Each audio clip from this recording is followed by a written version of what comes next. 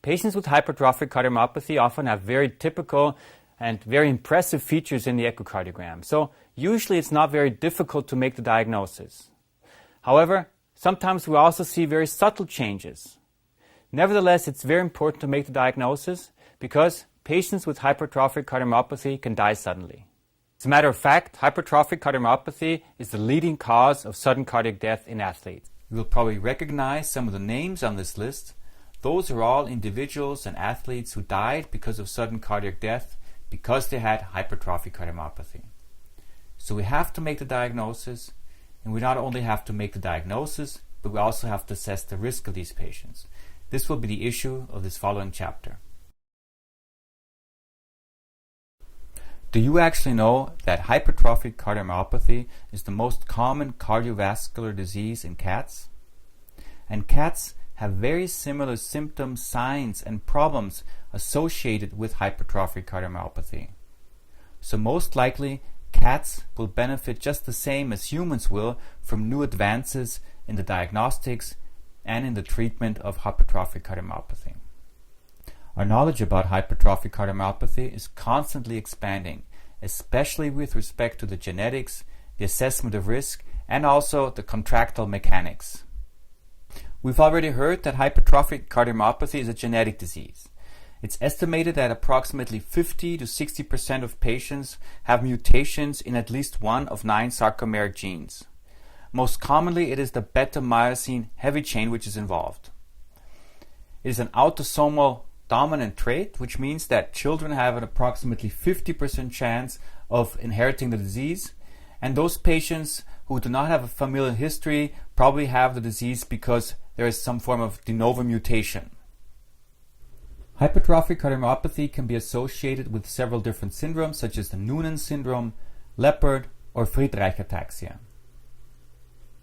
The manifestation of the disease can be very variable with respect to the morphology. You will see that later when we take a look at the echocardiograms, with respect to the presentation of the patients, and also the prognosis. The onset of the disease can be at childhood, later during adolescence, or very late, especially if the cardiac myosin binding protein C is involved. It is actually not such a rare disease. The prevalence has been estimated to be approximately 1 in 500, especially if you consider that many patients only have mild forms of hypertrophic cardiomyopathy. What are the manifestations? As already mentioned, we have a very high variability in the manifestations. Some patients remain asymptomatic throughout the entire life. Very often will you find ECG abnormalities, especially in patients who have apical forms of hypertrophic cardiomyopathy. You will find the typical pattern of giant negative T waves, as you can see in this example.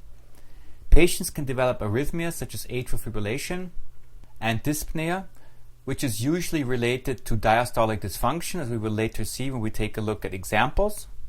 Other symptoms include chest pain, atypical chest discomfort, syncope, and in particular sudden cardiac death, because the patients have an increased risk of ventricular fibrillation.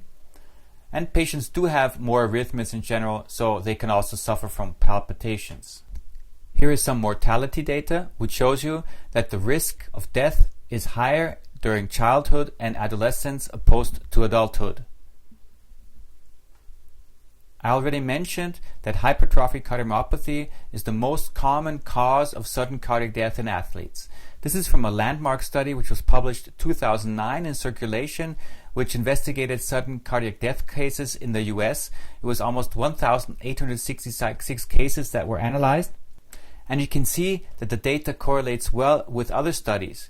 This is data which shows, again, hypertrophic cardiomyopathy to be the most prominent cause of sudden cardiac death in athletes, followed by coronary abnormalities. So when should you think about hypertrophic cardiomyopathy? Basically, if we have a septal thickness above 50 millimeters and the patient does not have hypertensive heart disease or any other cause of left ventricular hypertrophy. The patients usually have non-dilated left ventricles, which are fairly small, as in this example. We can see asymmetric left ventricular hypertrophy. You can see the septum is thicker than the remaining portions. Often we also have hypertrophy of the papillary muscles.